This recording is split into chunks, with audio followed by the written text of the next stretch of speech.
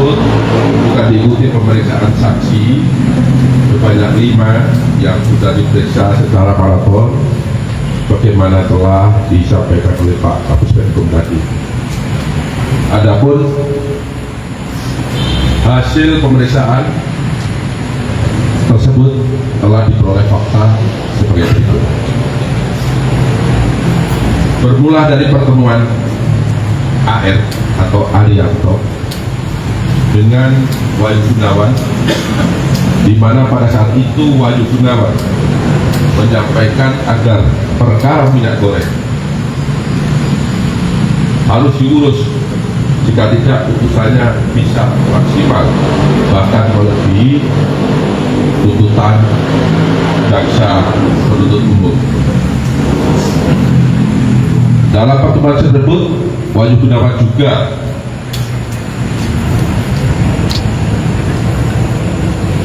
menyampaikan agar Arianto yang dalam hal ini selaku Ketua Korporasi untuk menyiapkan biaya pemeriksanya. Selanjutnya, dari pertemuan tersebut, sebagaimana yang disampaikan WG, Arianto menyampaikan kepada MS. Kemudian MS atas pemberitahuan tersebut bertemu dengan MSY.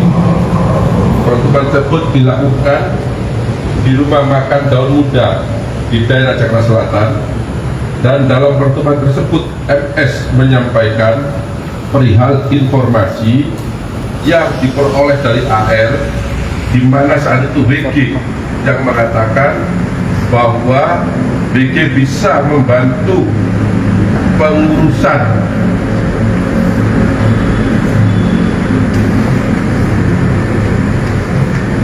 perkara minyak goreng yang ditanganinya.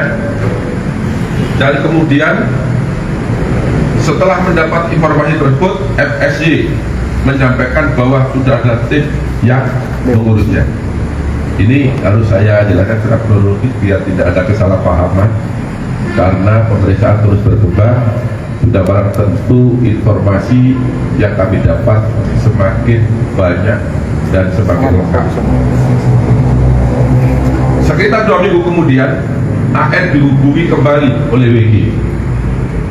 Pada saat itu WG menyampaikan kembali agar perkara ini segera diurus.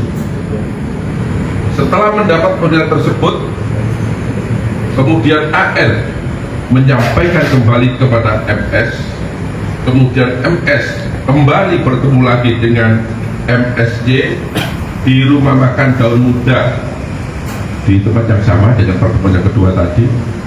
Dan saat itu MSY memberitahukan atau mengatakan bahwa biaya yang disediakan oleh pihak korporasi sebesar 20 miliar. Hasil pertemuan tersebut kemudian AR, WG, dan MAN, mereka bertiga ketemu di rumah makan Layar Seafood Sedayu, Kelapa Gading, Jakarta Timur. Dan dalam pertemuan tersebut, Muhammad Arif Nuryanta mengatakan bahwa perkara minyak goreng tidak bisa diputus bebas. Ini sebagai permintaan yang pertama tadi kepada WG, dan ini jawabannya, tetapi bisa diputus outslah.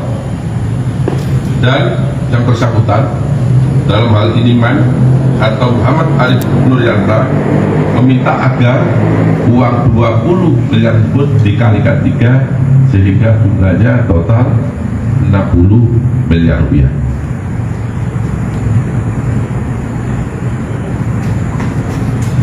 Selanjutnya, setelah pertemuan tersebut, Wahyu Gunawan menyampaikan lagi kepada AR atau Arianto agar segera menyiapkan uang sebesar 60 miliar.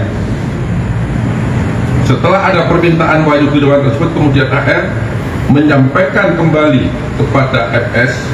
Selanjutnya MS menghubungi MSY, dan dalam percakapan tersebut MSY menyanggupi akan menyiapkan permintaan tersebut dalam bentuk mata uang US dollar Amerika atau dolar Singapura. Bahwa sekitar 3 hari kemudian MSY menghubungi MS, dan dalam percakapan tersebut MSY menyampaikan bahwa uang yang diminta sudah siap, dan MSY tanya uang tersebut mau diantar kemana. Selanjutnya MS memberikan nomor HP AR kepada MSY untuk pelaksanaan penyerahan. Setelah ada komunikasi antara AR dengan MSY, kemudian AR bertemu dengan MSY di parkiran SCBD, dan selanjutnya MSY menyerahkan uang tersebut kepada AR. Kemudian uang tersebut oleh AR diantar ke rumah WG yang bertempat di klaster Ebony, Jalan Ebony 6, Blok AE, Sukapura, Cilincing, Jakarta Utara. Dan uang tersebut oleh WG kemudian diserahkan kepada MAN, dan saat penyerahan tersebut MAN atau Muhammad Arif Nuryanta memberikan uang kepada WG sebanyak 50.000 US dollar. Jadi ini kronologis penyerahan uang sebagaimana yang sudah saya sampaikan secara runtut. Kemudian berdasarkan keterangan saksi dan dokumen baik yang diperoleh pada hari ini maupun 2 hari yang lalu, penyidik menyimpulkan telah ditemukan 2 alat bukti yang cukup sehingga pada malam ini menetapkan 1 orang tersangka atas nama MSY,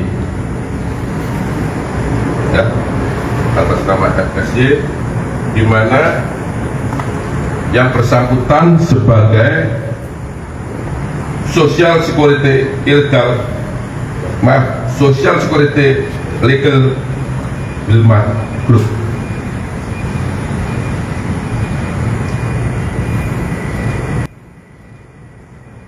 Kemudian penetapan tersebut dengan tab nomor 28 tanggal 15 April 2025.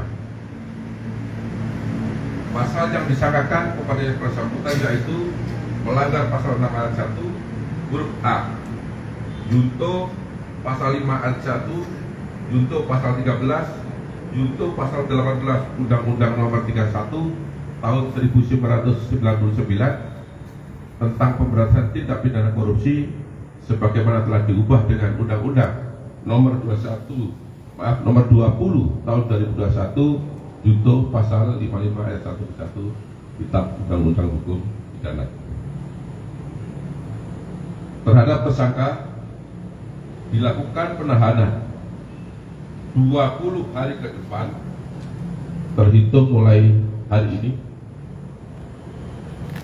di Rutan Salimba, Cabang Kejaksaan Agung Republik Indonesia berdasarkan surat penahanan nomor 28 tanggal 15 April 2025. Demikian perkembangan penyidikan yang dapat saya sampaikan.